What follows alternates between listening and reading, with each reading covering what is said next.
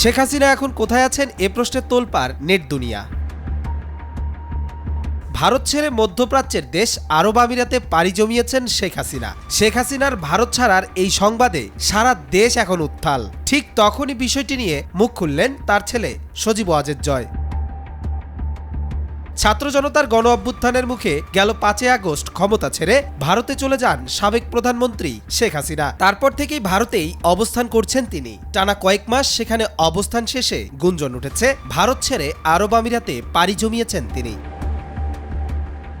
7 October রাতে গণমাধ্যমের সঙ্গে আলাপকালে শেখ হাসিনা পুত্র সজীব ওয়াজেদ জয় জানান, শেখ হাসিনার ভারত ছেড়ে যাওয়ার খবরটি সঠিক নয়। জয় বলেন, আমার মা ভারত ছেড়ে গিয়েছে বলে যে খবর শোনা যাচ্ছে সেটি সঠিক নয়। তিনি এখনও ভারতেই অবস্থান করছেন। এর আগে সজীব ওয়াজেদ জয় বলেন, সাবেক প্রধানমন্ত্রী শেখ হাসিনার ভারত ছাড়তে কোনো চাপ নেই। গত 5 আগস্ট বাংলাদেশের সামরিক বাহিনীর একটি বিমানে তিনি দিল্লির কাছে গাজিয়াবাদের হিন্দন বিমান ঘাঁটিতে অবতরণ করেন। এরপর থেকে তিনি কোথায় আছেন তা আর জানা যায়নি। শেখ হাসিনা দেশ ছাড়ার পর গঠন হয়েছে অন্তর্বর্তী সরকার, যার প্রধান করা হয়েছে নোবেল বিজয়ী ডক্টর মোহাম্মদ ইউনূসকে। এরপর থেকে প্রায় 2 মাস হয়ে গেছে। পরিবর্তন হয়েছে অনেক কিছু। শেখ হাসিনার সঙ্গে থাকা কূটনৈতিক পাসপোর্টও বাতিল করে দিয়েছে সরকার। এ ধরনের পাসপোর্টধারীরা ভিসা ছাড়া ভারতে 45 দিন বৈধভাবে থাকতে পারেন। কিন্তু শেখ হাসিনা প্রায় 2 মাস ধরে ভারতে অবস্থান করছেন। কূটনৈতিক পাসপোর্ট তার বৈধভাবে অবস্থানের মেয়াদও শেষ হয়ে গেছে। এখন তারা দেশটিতে কিভাবে অবস্থান করছেন তা পরিষ্কার নয়।